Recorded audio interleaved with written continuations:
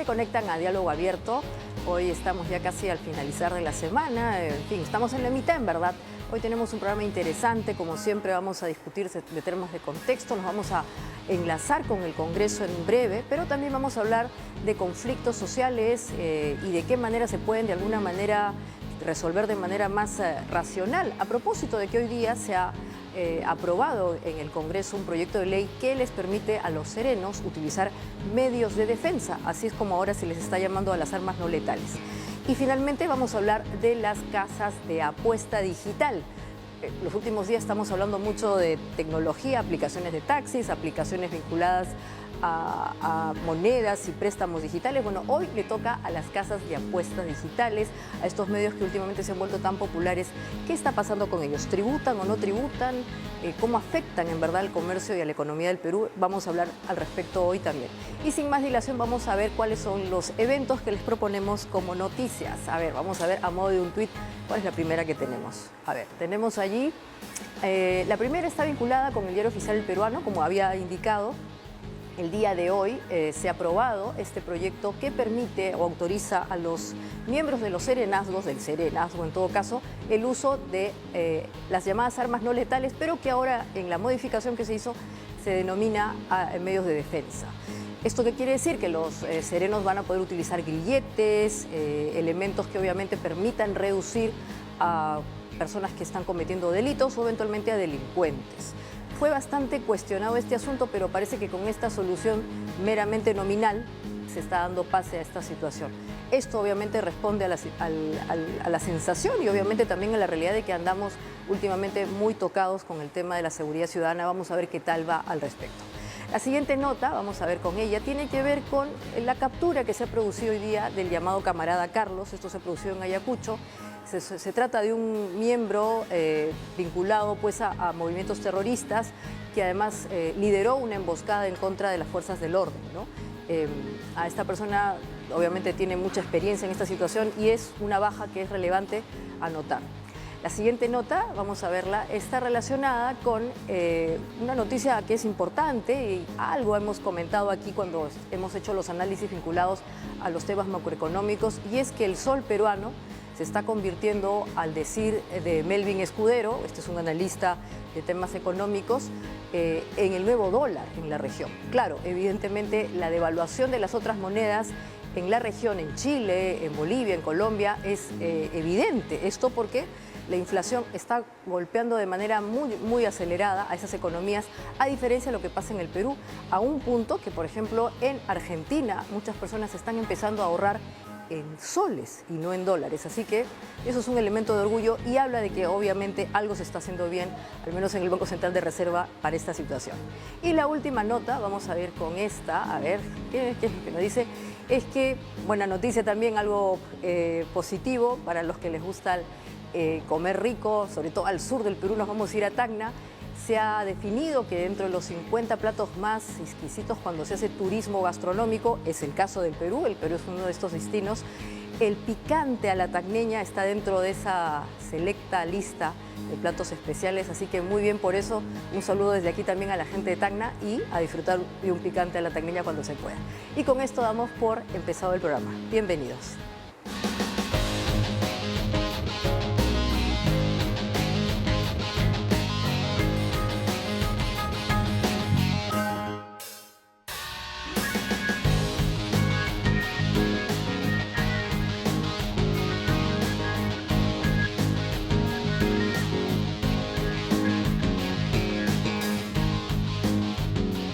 Muy bien, ahora vamos a conectarnos, como les decía, con el Congreso de la República, o en todo caso con un representante del Congreso de la República. Estamos hablando de la congresista Carol Paredes. Ella es presidenta de la Comisión de Ética y lo vamos a hacer a través de una llamada telefónica. Buenas noches, congresista, y gracias por este diálogo.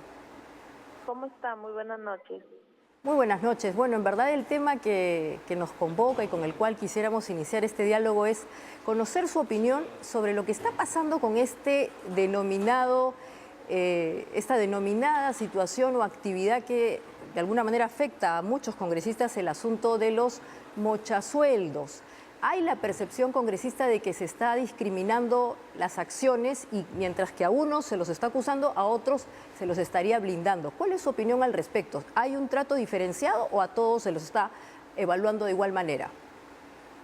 Nosotros primero, cuando tomamos los casos de oficio, lo hacemos a través de una propuesta que lo hace el equipo técnico, eso lo presenta la Comisión de Ética en pleno y es la Comisión de Ética el que decide si se realiza el proceso de indagación con todos los procedimientos que nos indica el reglamento. Acá nosotros no tenemos preferencias para nadie, todos los casos que se han visto ha sido, un buen grupo de casos ha sido visto por oficio, que nosotros lo tomamos y luego lo llevamos a la comisión, como les decía en un principio. Hay otros casos que entran por mesa de partes que efectivamente igual tienen también su orden de llegada, ¿no? Entonces nosotros vemos por orden de llegada, aquí no es que a uno se le toma, al otro no se le toma porque me cae bien o porque me cae mal. Eso no ha sido nunca la política de trabajo en el caso nuestro.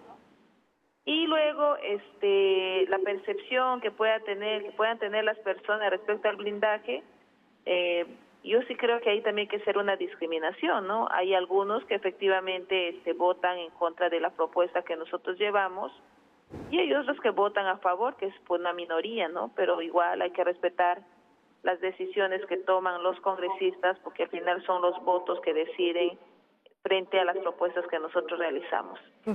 Congresista, para entender cómo es que ustedes meritúan o cómo es que valoran los medios de prueba o qué elementos son los que consideran ustedes para definir una y otra situación, como usted dice, que eventualmente puede interpretarse como un blindaje.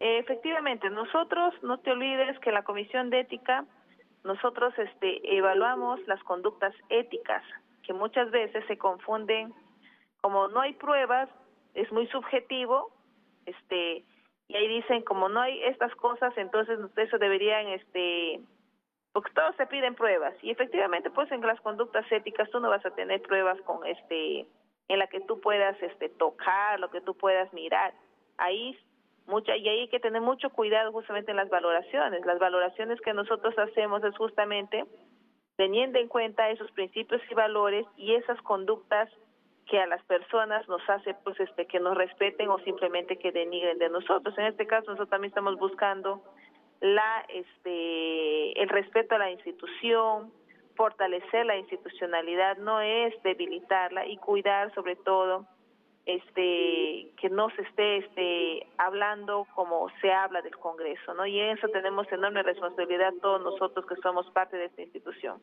Exactamente, justamente porque existe esta percepción negativa, una de las cosas que ha llamado más la atención en la opinión pública es esta situación en donde en algunos casos se ha comprobado que los congresistas toman parte de los honorarios o eventualmente del salario de sus colaboradores. Por eso le decía, esa situación tiene algún tipo de sanción de parte de su comisión, alguna recomendación, sugerencia, en fin.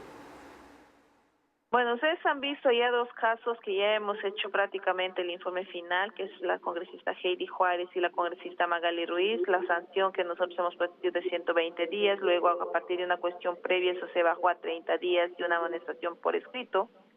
Entonces,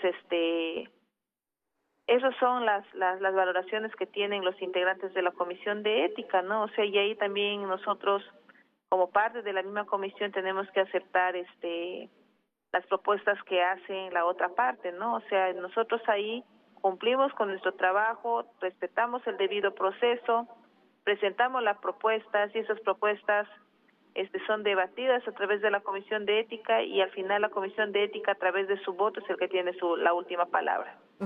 Ahora, aquí hemos conversado mucho sobre este tema también con expertos, con personas que han manejado incluso el Parlamento y parece, vamos a ser honestos, que esto es una práctica que de alguna manera se habría normalizado en el Congreso. ¿Usted cree que esto es así? Y si fuese ese el escenario, ¿qué medidas está tomando la comisión que usted maneja para que haya desincentivos de esta situación, si es que eventualmente en algún momento se ha normalizado? Mira, a mí me da muchísima pena de verdad que hay cosas que de verdad deberían ser sancionadas como corresponde. Nosotros como que hemos ido perdiendo en el tiempo realmente el verdadero concepto de las conductas éticas, ¿no? O sea, nosotros confundimos, como te decía una parte de mi intervención, lo ético con un tema fiscal, con un tema del Ministerio Público, cuando nosotros sabemos que esas valoraciones que se da pues es sobre lo que nosotros pregonamos, ¿no? O sea, y hay cosas pues que efectivamente tú no lo puedes contar, que tú no lo puedes tocar. Pero en este caso también a mí me da muchísima pena y me preocupa al mismo tiempo que nosotros estemos mirando estas acciones como una cuestión ya normal, ¿no? Entonces, y cuando nosotros querramos pedir cuentas, efectivamente que nuestro trabajo de fiscalización, ¿cómo tú puedes pedir cuentas a alguien cuando tú estás cometiendo faltas que también tiene que ver mucho con valores, ¿no? Entonces yo creo que ahí todos tenemos una enorme responsabilidad y además también estas conductas no es que se trae o se forme en el Congreso, ya es parte de tu día a día, de tu propia vida, de tu propia formación. Eso es lo que no le están dando la importancia de vida, ¿no? Cuando deberíamos hacer que, o sea, que esto más bien se fortalezca, o sea, la Comisión de Ética debería ser una de las comisiones donde los congresistas, principalmente, que somos parte de en este momento de la institución, debería ser el espacio donde menos deberían llegar, ¿no? Porque estuviéramos cuidándonos, o sea, cuidándonos en el buen sentido de que actuemos por el camino correcto, por el lado correcto, o sea, actuando con transparencia, actuando con responsabilidad, con bastante prudencia, con bastante tiempo, pero no, o sea, no se ve de esa manera. Por eso, congresista, le reitero, usted como presidente de esta comisión tiene forma de poder desincentivar este tipo de conductas que usted acepta justamente que se han normalizado, que evidentemente no llaman la atención. ¿Hay forma de que su comisión sugiera, tome medidas? En efecto, el tema valorativo es importante, pero también hay cosas evidentes. Acá se han estado meritando pruebas, algunas incluso son documentos falsos. ¿Qué se puede hacer al respecto? Mira, Usted como presidenta? hay cosas que efectivamente nosotros no podemos controlar.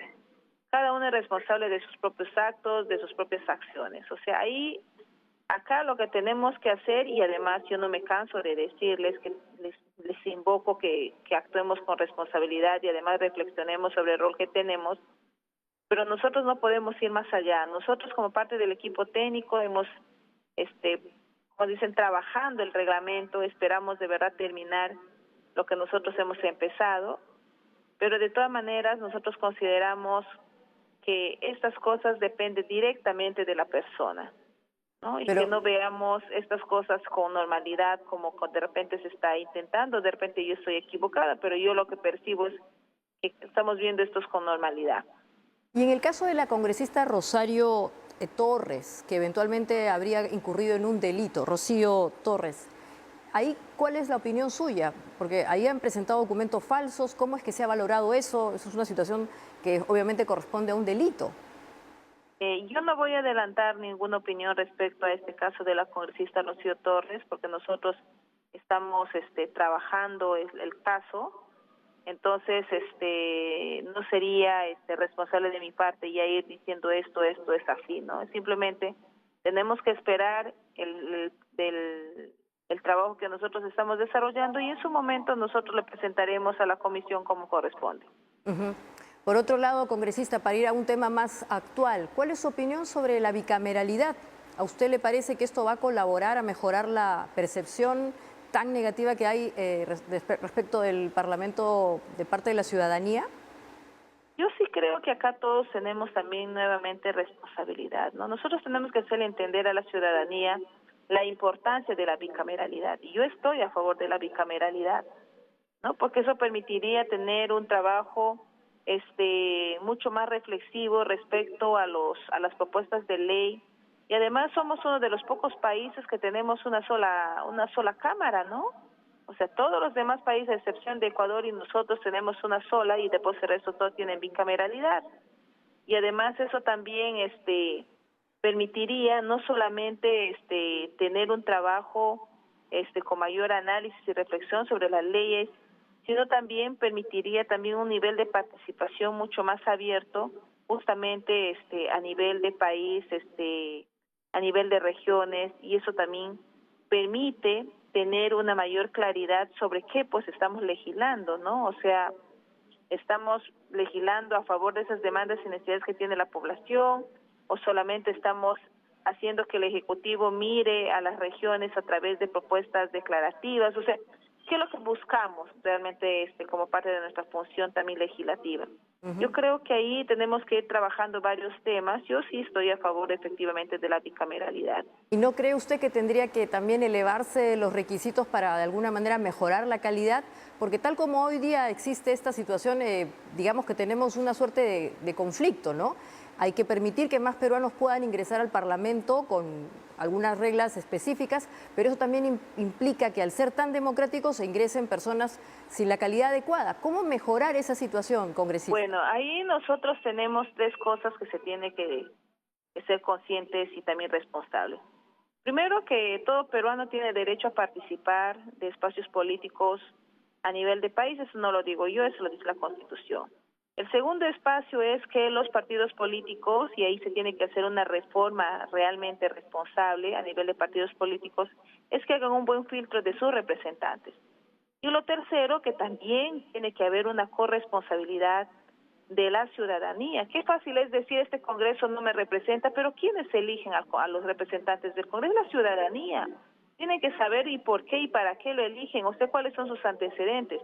Y allá también yo voy al otro tema, que efectivamente muchos no pueden estar de acuerdo, pero a mí me suena totalmente populachero, que tenemos que trabajar también el tema de la reelección. Cuando alguien te contrate un trabajo, ¿acaso te contratan porque eres novato? No, te contratan porque tienes conocimiento y experiencia. Y en la parte política sí tiene que haber conocimiento y experiencia en el buen trabajo de un ciudadano responsable frente a la parte legislativa, fiscalizadora, representativa. O sea, tenemos que tener todas esas cosas. Pero aquí a la gente le hace mucha bulla cuando hablamos de reelección, cuando hablamos de bicameralidad, cuando hablamos de fortalecer los partidos políticos, cuando se habla de la reestructuración o los cambios que se necesitan. O sea, en vez de que nosotros sensibilicemos a la población del grado de responsabilidad que tiene, no, al contrario, o sea, vamos y dirigimos, o sea, las percepciones y las opiniones por un camino que realmente no es el correcto, en mi opinión. Sí, claro, congresista, lo que pasa es que en efecto, si vemos estas situaciones tan anómalas de las que justamente con la que empezábamos este diálogo, evidentemente la percepción es negativa. Por eso mi insistencia en saber si su comisión puede sugerir medidas o eventualmente desincentivar el hecho de que se den estas conductas tan particulares que están afectando obviamente al prestigio del Congreso, el tema de los mochasueldos. O sea, su comisión, más allá de valorar este tema, como usted dice, subjetivamente, no puede hacer algún tipo de medida más concreto. Nosotros no nos olvidemos que también nos regimos no solamente al reglamento del Congreso, sino también nos regimos a la Constitución política. Entonces, acá, en el tema, como le digo, nosotros cumplimos con sugerir e invocar a nuestros congresistas, que todos somos parte de esta casa. Pero lo que no podemos es tener el control sobre sus propias conductas. Eso sí yo te puedo decir. Y acá también, como te decía, tiene que haber un filtro responsable de los partidos políticos y de la ciudadanía para elegir a sus representantes. Si tienes conocimiento que una persona, por decir un ejemplo, ha violado, y ya, bueno, porque no tiene, como ahí dicen, todos tienen derecho a ejercer su derecho de inocencia, dicen.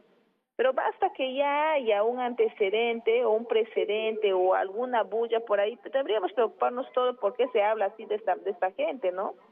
Y así sucesivamente. Yo creo que acá todos tenemos que saber a quiénes elegimos, para qué elegimos y para no tener los problemas que tenemos ahora.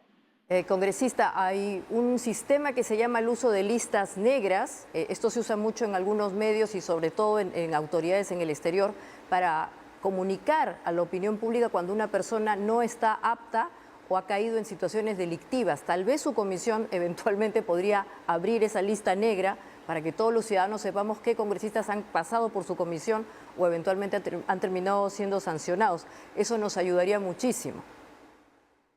Bueno, yo creo que todas las sugerencias son buenas y muy bien, habría que recibirlos, pero también hay que ver en qué contexto lo podemos hacer para que esto también fluya de la mejor manera. Igual nosotros continuaremos con la modificación del reglamento como hemos estado trabajando, esperamos de verdad terminarlo y en todo caso en esta legislatura, la próxima, cuando empecemos, ya podamos tener un documento concreto respecto principalmente a los casos que nosotros hemos visto y que también nosotros tenemos que mejorar, ¿no? O sea, todas las sugerencias son bienvenidas. Bueno, ojalá, sería muy útil para los ciudadanos. Muchas gracias por su tiempo y por este diálogo abierto. No, a usted, muchas gracias. Hasta luego, gracias. Hasta luego. Bueno, en verdad, a veces sentir que las cosas son valoradas de esta manera nos quita mucho ánimo, pero lo de las listas es algo que eventualmente también podemos reclamar como ciudadanos, algún petitorio, y eso ayudaría mucho. Y después del corte vamos a volver con el señor Carlos Basombrío. Él ha hecho un estudio muy interesante acerca de resolución de conflictos. Vamos a conversar sobre este tema y sobre inseguridad ciudadana a propósito de justamente este proyecto de ley que está facilitando el uso de medios de defensa, ahora se llaman así, a los medios no letales por parte del Serenazgo. Ya volvemos con eso.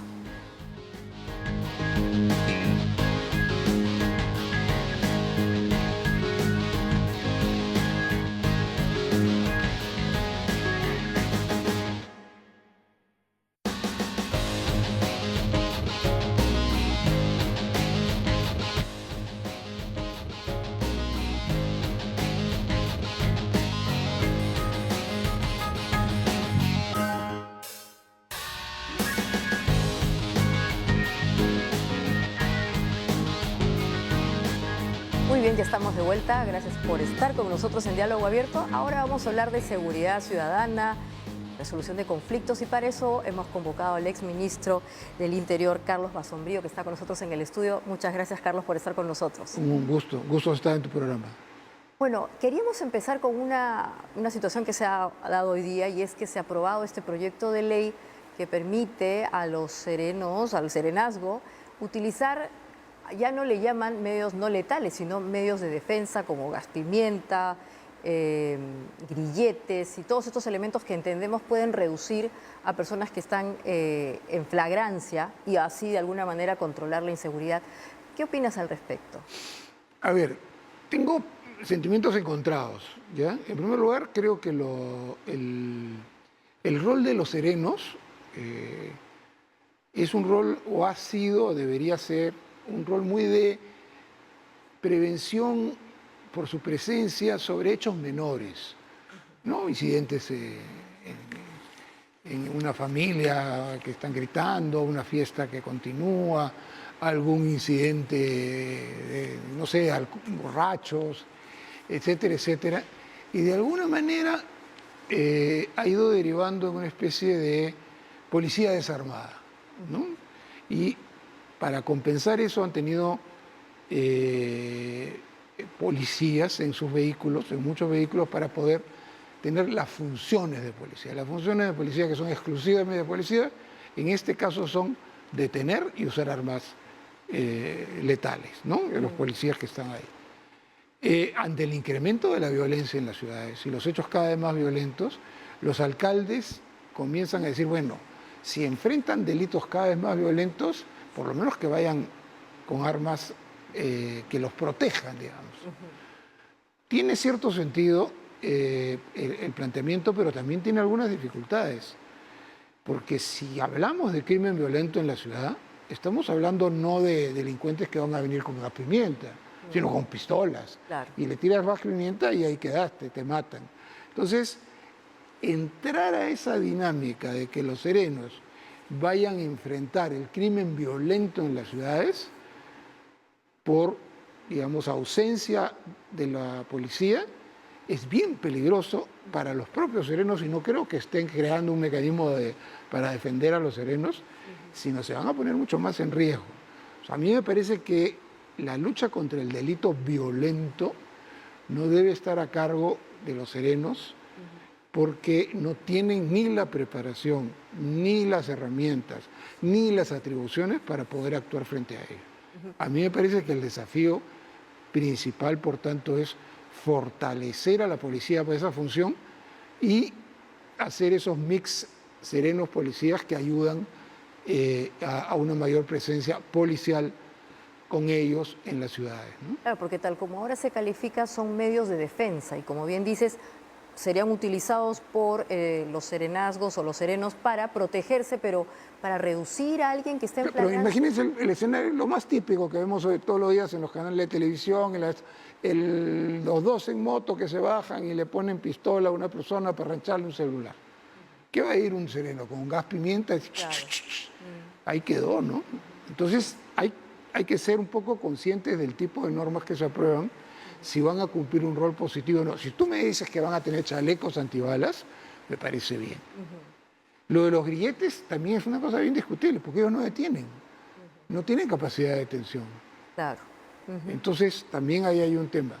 Yo me inclino, yo creo que los alcaldes están pensando... Están desesperados tal vez con esta Sí, medida, están ¿no? muy... Porque es una manera también de una suerte de victoria pírrica. No, lo que pasa es que si haces campaña y no dices que vas a solucionar el problema de la seguridad en tu distrito, nadie te elige.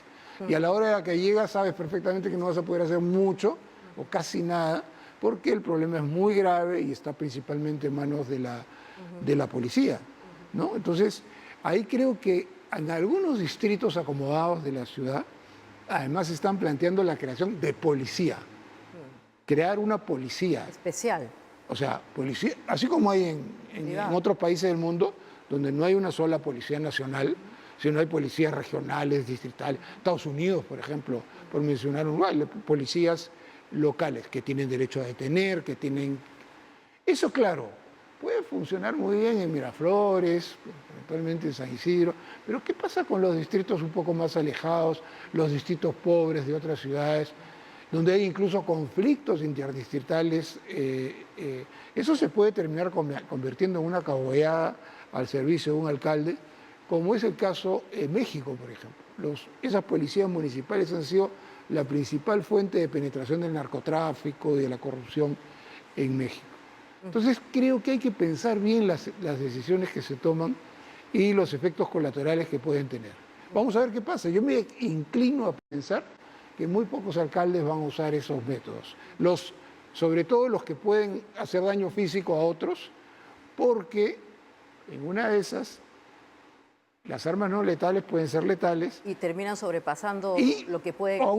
Pueden terminar afectando a un ciudadano X que no tenía nada que ver y se le muere esa persona y ahí sí que el alcalde la va a tener complicada, ¿no?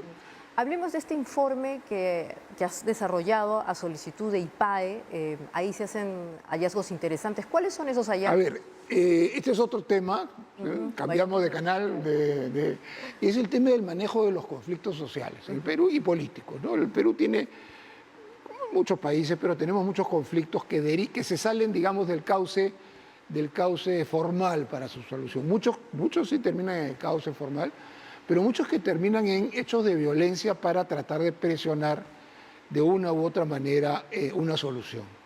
Entonces, IPAE, y está muy marcado también por la experiencia de los diciembre, enero... Claro, lo último que hemos vivido, exacto, ¿no? que son más que conflictos sociales, son conflictos políticos, ¿no? Ya. Pero lo que IPAE me planteó, ellos tienen, estos son...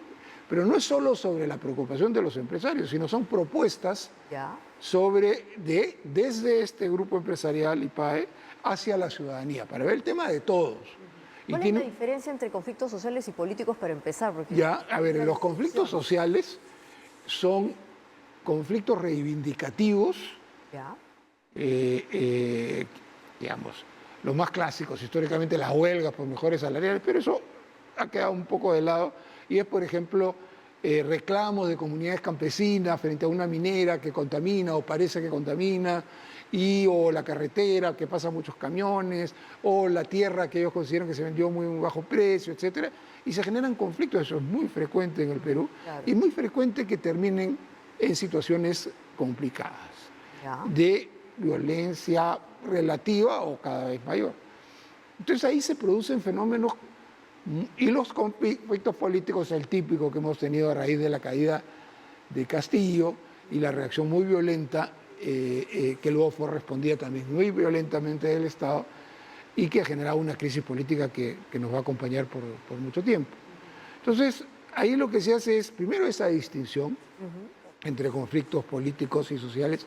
En segundo lugar, es un documento muy breve, se parte del principio de que los conflictos sociales no se solucionan por la policía.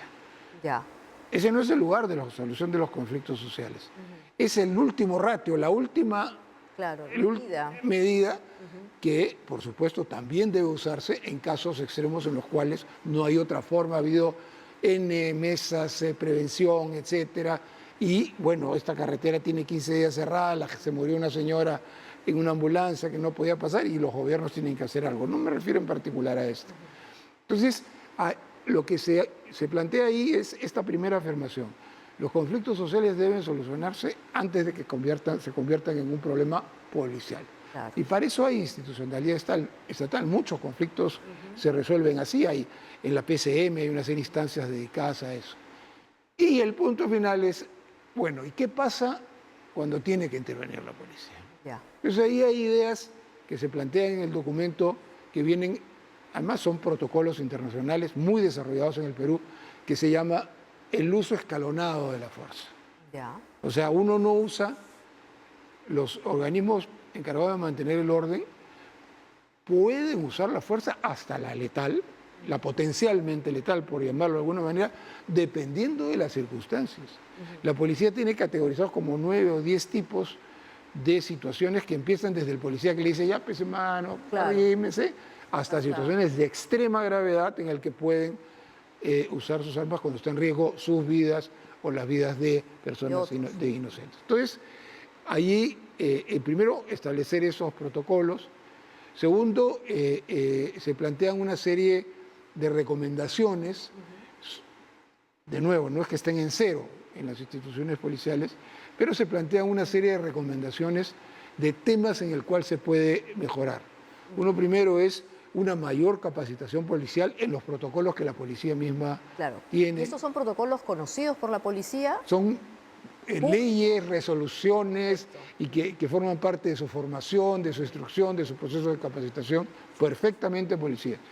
Lo que pasa es que una cosa es con guitarra y otra con cajón, y muchas veces terminas en situaciones muy difíciles en las cuales terminan no aplicándose los protocolos. Y hay un desborde, ¿no? Porque y hay desborde de los manifestantes y que también genera desborde de la policía. Y yo entiendo que no es fácil de mantenerlo, pero lo legal es establecer cuándo y cómo se debe actuar. Otra cosa es fortalecimiento de la inteligencia. La inteligencia es poder saber qué va a pasar antes de que ocurra. Adelantarse. Adelantarse a los hechos que les permitan tener intervenciones más adecuadas, en el momento más adecuado, y que produzcan el menor daño posible. La otra es tener instrumentos, así como hablábamos de los instrumentos de los serenos. Por ejemplo, para las ciudades, una de las herramientas más importantes que hay para disuadir sin hacer daño son los carros rompemanifestaciones, los que ahora le dicen Pinochito y cuando yo era joven le decían Rochabús. Entonces, no le haces daño a nadie, pero el agua fuerte es disuasiva. ¿Sabes cuántos hay en Lima activos? Ninguno. ¿No? Entonces, y hay dinero para conseguirlo. ¿Eso qué significa? Que es más disuasiva la policía y hace menos daño a la policía. Porque una bomba lacrimógena puede ser letal, como de hecho ha ocurrido en algunos casos. En cambio, entonces, herramientas adecuadas también ayudan. Y así una serie de recomendaciones muy puntuales, porque son documentos breves, que apuntan a fortalecer el Estado de Derecho en el doble sentido de ser eficiente en la actuación policial cuando se le necesite y a la vez ser respetuosa de los derechos de las personas. Claro. En el caso de la diferenciación, los conflictos sociales quedó claro, tiene que ver incluso con un problema de espacios compartidos, de derechos adquiridos, en fin, el tema minero. Claro, y hay un amplio margen para discutir quién tiene la razón, quién no la tiene. Incluso hay temas vinculados a economías subterráneas. Y miles de cosas. Está muy bien, digamos, hasta estudiado y clasificado. El tema con los conflictos políticos, que son novedosos, porque lo que ha pasado, no solamente en el Perú, sino en la región, lo que pasó en Chile, lo que está pasando en Colombia, parece que no estamos muy preparados para ver estos desbordes que de pronto pues implican que la ciudadanía toma la ciudad. Es muy cierto. Genera, desvanes. Ahí, es muy cierto lo que dices. Es mucho más complejo. En el caso peruano y en el caso chileno, no conozco mucho cómo fue en el caso colombiano, ha habido también mucha destrucción y violencia de parte de los manifestantes. Y dos cosas adicionales que hacían complejísimas la interacción con esas manifestaciones. Uno, que no había interlocutores. O sea, ¿quién es? ¿Con quién hablo? ¿Con Juan, con Pedro? No. Y segundo, que no se quería diálogo, sino victoria. O sea, vamos por el todo, por el todo. Entonces eso complejizaba mucho la situación. Lo que no se justifica, por supuesto, que haya uso excesivo de la fuerza, como de hecho todo parece indicar que ha habido en varias circunstancias, porque digamos, la muerte de las personas no es la solución de ese tipo de problemas. Pero sí hay que contextualizarlo en situaciones de extrema complejidad y violencia como las que vivimos en ese Claro, porque además pareciese, así como has indicado, que el respeto a la democracia implica respetar el derecho de otros, la tranquilidad, la seguridad y el derecho también de poder protestar, pero pareciese que no sabemos cuáles son los límites del derecho a la protesta y entonces creemos que vamos a irnos a Chile, incendiar el metro era parte de la propuesta. En Chile ocurrían cosas bárbaras, peores que... incendiar bienes, propiedad privada. Entonces, en Chile hasta incendiaban iglesias. Claro. Porque como eran anarquistas. Pero, o sea, los límites, ¿cuál es el hay una frase muy... Deberíamos conocer eso. Mis derechos acaban donde empiezan los derechos del otro, ¿no? Recordemos que si bien hubo más víctimas por acción del Estado, hubo casi 30 por acción también directa consecuencia directa de las protestas. Gente que se moría en los bloqueos porque no los dejaban pasar, los soldados que no los dejaron cruzar un puente y después de 12, 14 horas tuvieron que cruzar un río helado y se ahogaron. ¿A ti te parece que tenemos, porque evidentemente no será la última protesta que va a aparecer en el Perú, sino que dentro de ese marco de democracia que has planteado, la gente tiene derecho a quejarse, pero sería importante que también haya una sensibilización de hasta dónde llega ese derecho de protesta, porque lo que no puede pasar, como has mencionado, es que se dé un desborde y anarquía. Si mañana la gente quiere salir a protestar, tiene derecho a hacerlo pacíficamente, en fin, eventualmente gritar, lo que sea, pero lo que hemos visto meses atrás no se puede tolerar. Porque no se puede tolerar y se han cerrado carreteras, aeropuertos. Totalmente justificada la necesidad de la actuación de la policía y de las Fuerzas Armadas. Pero eso no justifica en ese uso una violencia que cause pérdidas de vida, un uso excesivo de la fuerza.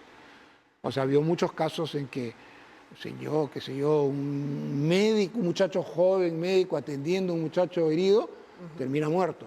Eso no puede suceder en estas circunstancias. Pero bueno, es una cosa muy, muy compleja y mucho más fácil es hacer las recomendaciones que ponerlas en práctica. Seguramente, cuando se da la situación es cuando vemos la realidad. Sí. Para cerrar, Carlos, ¿qué opinas de esta aprobación de esta ley que facilita la expulsión de extranjeros cuando estos cometen delitos? Y a ver, no conozco los detalles, ¿ya? Pero, digamos, conceptualmente... Hay problemas conceptuales bien graves, ¿no? A ver, yo soy un asesino peruano y... Contigo, que estás allá, eres una asesina venezolana. Entre los dos, acribillamos a una persona. Nos detienen. Al peruano se va a ir 40 años a la cárcel, al otro se le expulsa del país. Es un premio. Oye, si hay evidencias sólidas de que cometió un crimen, a la cárcel, derechito a la cárcel. ¿Cuál es eso de expulsión? Otras circunstancias. Se cree que pueden haber cometido un delito y se les expulsa. Presunción de inocencia. Tú no puedes agarrar y votar a alguien porque se dice que... Entonces, tiene bastantes problemas conceptuales esa ley. Yo creo que lo que debe haber una ley más clara, está normado, de que lo que se debe hacer es expulsar a todos los extranjeros que ingresen ilegalmente al país. Y eso hay muchísimo, y dentro de ese grupo vas a encontrar los núcleos delictivos con mayor facilidad. Claro, porque está interesante esa visión. Expulsarlo en el fondo es un premio. En ese ejemplo que te ponía, el delincuente peruano va a decir, expúlsenme a mí también, ¿no? Sí, exactamente. Muchísimas gracias, Carlos, un gusto. Por tu tiempo y bueno, por este diálogo abierto. Ojalá que podamos repetirlo para hablar ya en más detalle de este tipo de medidas que a veces tienen buena intención, pero termina justamente a veces, como dicen, el camino al infierno está empedrado de buenas intenciones. No quiero decir que hacia allá vamos, pero hay que siempre ser cuidadosos. Muchísimas gracias. No, un gusto estar acá. Bien, y después de este corte, ahora volvemos con ustedes, vamos a hablar de la regulación de las casas de apuesta digitales, qué está pasando con ese mundo. Se levanta mucho dinero allí y no se está tributando. ¿Debería o no hacerse esa situación? ¿Cómo se va a hacer? Vamos a volver al respecto después de este corte. Esto es Diálogo Abierto.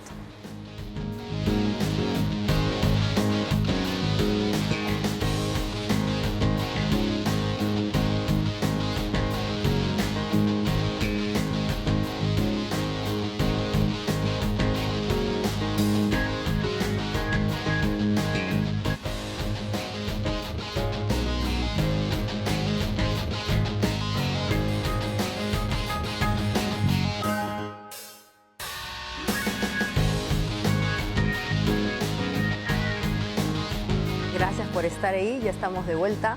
Vamos a hablar de la situación de las casas de apuesta, muchas que nosotros ubicamos de manera virtual. ¿Qué está pasando con ellas? ¿Van a empezar a pagar tributos? ¿Esto es posible o no? Para eso hemos convocado a dos personas que están involucradas con este tipo de situación. Está con nosotros Andrés Choi, él es presidente de la Asociación de Bodegueros del Perú. Y también estamos con Martín Cuéllar, él es un tributarista, para que nos explique si esto es posible o no, cuando a veces hay medios digitales. Muchos ni siquiera están domiciliados en el país, pero vamos a entender mejor la problemática a través de nuestro invitado Andrés. Por favor, Andrés, muchas gracias por estar con nosotros. Cuéntanos cuál es la situación de esto. Buenas noches, Maite. Gracias por invitarme a tu programa.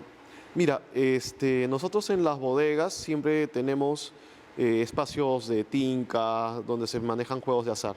Bien, entonces, ¿qué es lo que está sucediendo en la actualidad? ¿No? De que también a través de los aplicativos también se han empezado a desarrollar juegos de apuestas también, ¿no? Entonces, para nosotros se convierte en un esquema de competencia un poco desleal, porque realmente nos hemos enterado que nosotros sí tributamos y hay muchas casas de apuestas extranjeras online que no tributan nada, ¿no? Y entonces, y no pagan comisiones y ese tipo de cosas que afectan y ponen un poco disparejo el suelo, ¿no? Nosotros que sí estamos en el país, ¿no? Y hay casas de apuestas que están en el país, sí tributan, ¿no?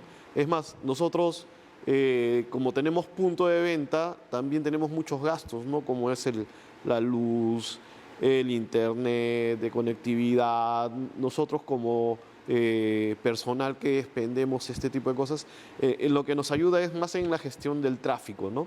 Pero vemos un tema de competencia desleal porque, en primer lugar, ¿no? Tú descargas un aplicativo internacional y a través de eso haces tus apuestas y no pagas nada, y nosotros como que todo lo que se desarrolla aquí en el país no se tiene que pagar impuestos, ¿no? Entonces, para entender, entonces lo que tú estás comentando es que hay una competencia desleal entre quien juega apuestas a través de una aplicación de manera virtual en su casa, aquí mismo, y alguien que tiene que irse a una bodega, a un lugar físico, como tú dices, a un punto de venta, y obviamente ustedes ahí generan tributos y todo lo demás.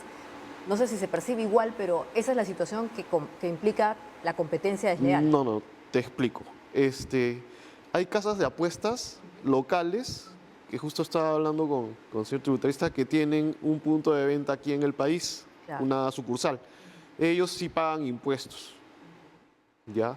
Pero hay casas de apuestas extranjeras que no tienen localidad acá y ellos no pagan impuestos porque no están acá. Y porque están usando medios digitales. Y porque están utilizando estos medios digitales. Y también se convierte en una competencia para nosotros. ¿Por qué?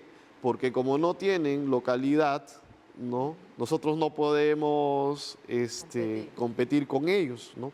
Ahora, cuando nosotros hemos hablado con los socios, los montos de apuestas y los premios de estas casas extranjeras son más altos, ¿ya? Claro. Entonces, ¿por qué? Porque no pagan impuestos, porque no tienen todo un costo administrativo aquí en el país, ¿no? Entonces, lo que vemos acá es que hay una competencia desleal por esa razón, porque hay casas de apuestas extranjeras que trabajan en el exterior y que no tributan. Y hay casas locales que sí tributan y que encima nos ayudan a nosotros a poder también generar un tráfico en nuestro negocio, ¿no? Claro.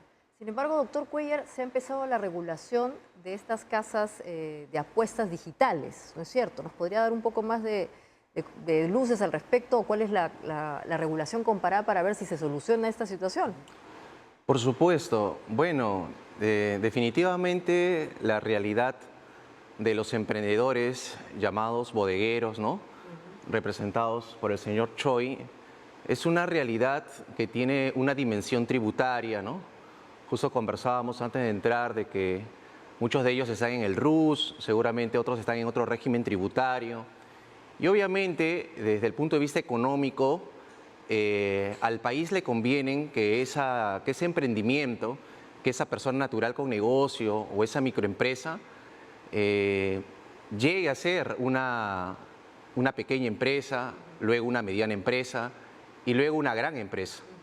Pero me parece, en mi opinión, que el tema tributario, con la creación de este nuevo impuesto, porque es un nuevo impuesto que nace en teoría en el papel en el 13 de agosto del año pasado, mediante la ley 31.557, ¿no? Crea justamente un impuesto a los juegos y a las apuestas deportivas a distancia, ¿no? Ajá. Entonces, este es un impuesto que no es el mismo del impuesto a la renta, no es el impuesto general a las ventas, es un impuesto que todavía no se aplica en el Perú porque no hay un reglamento. Y aquí yo exhorto a las autoridades competentes a que tomemos estos temas tan importantes para la economía del país con mayor seriedad y con mayor profesionalismo, porque ya estamos 15 de junio del 2023 y hace pocas horas hemos visto en internet que un funcionario del Mincetur ha dicho que en julio ya va a tener el reglamento. Entonces, casi un año para tener el reglamento de una ley que en su constitución ha señalado que no va a poder entrar en vigencia hasta que el reglamento salga y 60 días más.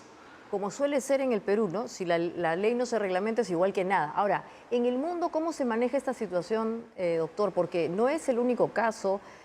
Hemos estado hablando últimamente de aplicaciones para taxi, aplicaciones que te dan préstamos.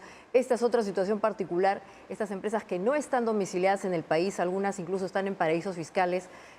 Eso no lo podemos evitar. Esta regulación, ¿qué le está planteando a estas empresas? Este tributo. Justamente, este impuesto que se llama impuesto a los juegos y a las apuestas deportivas a distancia, es un impuesto que tiene en esta ley, la 31.557, digamos, una expectativa de aplicación, pero que el tema se pone más complejo porque justamente hace pocos días el Congreso de la República ha dado una ley que modifica esta ley.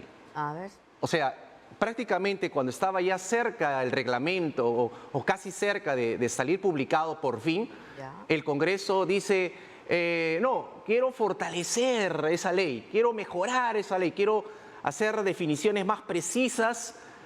Y estamos prácticamente ante la pregunta, pero el Congreso cuando dio esta ley en agosto del 2022 no se tomó el tiempo para poder diseñarla y pensarla bien antes de publicarla. Entonces yo considero que estamos en una marcha y contramarcha en este tema de este impuesto, que básicamente es un impuesto cuyo contribuyente, según la ley actual, por decirlo así, pero que tampoco está vigente, o sea, son leyes que en teoría existen nada más, pero no se aplican, señala en el artículo 40 acerca de los contribuyentes. ¿Quién es el contribuyente? Dice, los contribuyentes del impuesto son las personas jurídicas a las que se refieren los numerales 7.1 y 7.2 del artículo 7, ¿no? Que son básicamente estas empresas que hemos dicho que no están domiciliadas en el país. Que son son empresas extranjeras, ¿no es cierto? Que en la primera ley que fue modificada dice, para que sea contribuyente la empresa extranjera tiene que tener una sucursal en el Perú. Pero en la nueva ley que ha dado el Congreso recientemente omite esa parte de la sucursal. Dice simplemente, y las empresas extranjeras que también brinden, se dediquen a esta actividad económica, ¿no? Claro.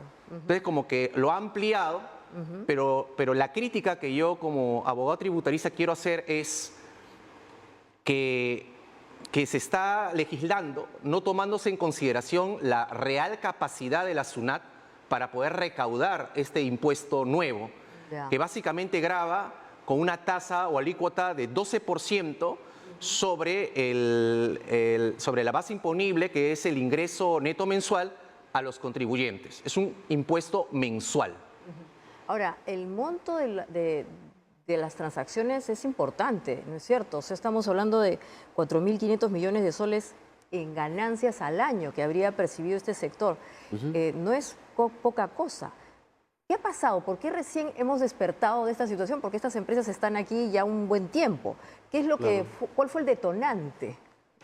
Bueno, cuando se empezó a hacer el análisis, se veía también este tipo de actividades, pero como dice el doctor, no, casi nadie le daba importancia, ¿no? Entonces ahora cuando el Congreso se ha dado cuenta y han visto con los temas, entonces acá hay un tema, que estamos perdiendo recaudación, ¿no? Y también a nosotros nos afecta porque realmente pues tenemos una competencia desleal en este sentido, ¿no? Entonces lo que se quiere es un poco emparejar la pista para que tanto extranjero como local puedan tener los mismos tributos, no pagar grandes cantidades de premios, ¿no? Porque como tienen un mayor ingreso, pueden pagar más premios, entonces ya se convierte en un tema un poco más desleal y diferenciaría acá. Y otro de los temas también es que no sabemos qué es lo que opinan la recaudación interna, ¿no? Porque en el caso, por ejemplo, nuestro, en el tema de la recaudación interna, a cada rato nos imponen nuevos impuestos para recaudar más, ¿no? Pero a los extranjeros no les ponen nada. Por ejemplo, ahora último hemos tenido el tema del aumento del impuesto selectivo al consumo, que ahora es reajustable de acuerdo al índice de precio al consumidor. O sea, los que vivimos aquí en el país, o sea, nos obligan a tributar más, pero los extranjeros no tributan.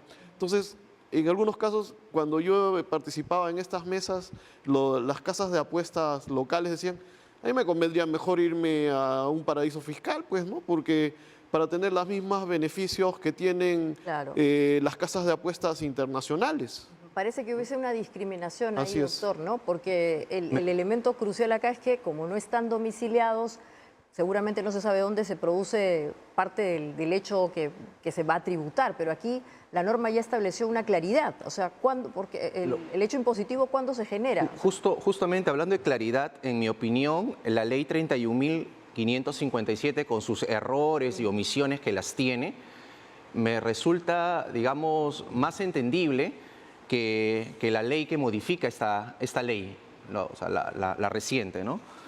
Pero yo considero que acá hay que separar las cosas, porque si bien es cierto el sector de los emprendedores, llamémosle los bodegueros, que de por sí ya hay el régimen MIPE y un tratamiento para ellos, yo creo que hay que separarlo con el tema de los impuestos digitales, que es un tema donde el Perú todavía no ha dado grandes pasos. Y que vamos a hablar de eso, doctor, prontamente, porque definitivamente todavía estamos en pañales.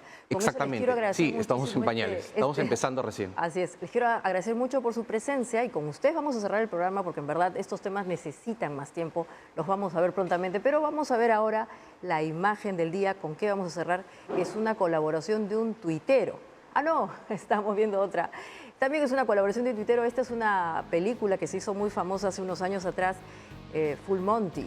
Va a volver en una nueva versión a través de una de estas plataformas que también son digitales, el streaming, seguramente vamos a estar muy atentos a eso. En su momento generó mucho debate acerca de los estereotipos masculinos. Vamos a ver qué nos da su nueva versión en el siglo XXI. Y con esto nos despedimos. Muchas gracias por haber estado con nosotros. Nos vemos mañana. Como siempre, like si les gustó. Hasta mañana.